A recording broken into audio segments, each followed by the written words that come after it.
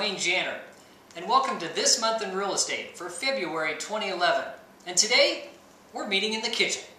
I want three things I want to talk to you about. First of all, this loaf of bread. We're also going to talk about 1989. And then lastly, what probably could have been my biggest screw-up over the last year. Well, let's start with the bread. Did you know in 1989, the average price for a loaf of bread was 67 cents? Today, that price is $2.49. That's an increase of 272% over that period of time. What about a gallon of gas? In 1989, the average price for a gallon of gas was 97 cents. If you're paying attention to gas prices, you know over the last couple of weeks it spiked up to over $3 a gallon. That's an increase of over 200%. What about big ticket items? The average price of a new car in 1989 was $15,300. The average price for that car now, $28,400. That's an increase of 83%. The house price is about the same story. The average home in 1989 was $94,000. That price now is $173,000 for an average sale price on a home. That's an increase of 84%. What about the house payment on that same house? In 1989 versus now, that price is up 13%.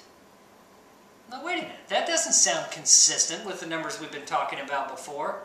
But that's the point I want to make today. What we're talking about is affordability and the cost of money. In 1989, interest rates were at 10%. Now they're at about 5%. That's why the payment has only gone up slightly. Which leads me to talk about what could have been my biggest mistake over the last year. There was a survey done by the National Association of Realtors to home buyers on the reasons why they bought a home. Only 1 in 5 people mentioned affordability as an important factor. Well, that's where I and probably most of the real estate industry has screwed up. We should be letting the public know that affordability right now is better than it ever has been. That is, with the drop recently in home prices and the very low interest rates, affordability levels right now are better than they ever have been. As a matter of fact, as a percentage of your annual income, home interest, principal and interest only make up 14% of the payment based on average sale price. It has never been lower since they start tracking the statistic. So that's my goal for 2011.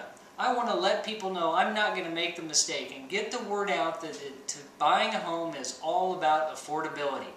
If somebody has a job, they don't own a home, there has never been a better time in history to buy a home, and affordability should be the reason they're getting into it right now. It's a similar scenario too if you're moving up into a larger home.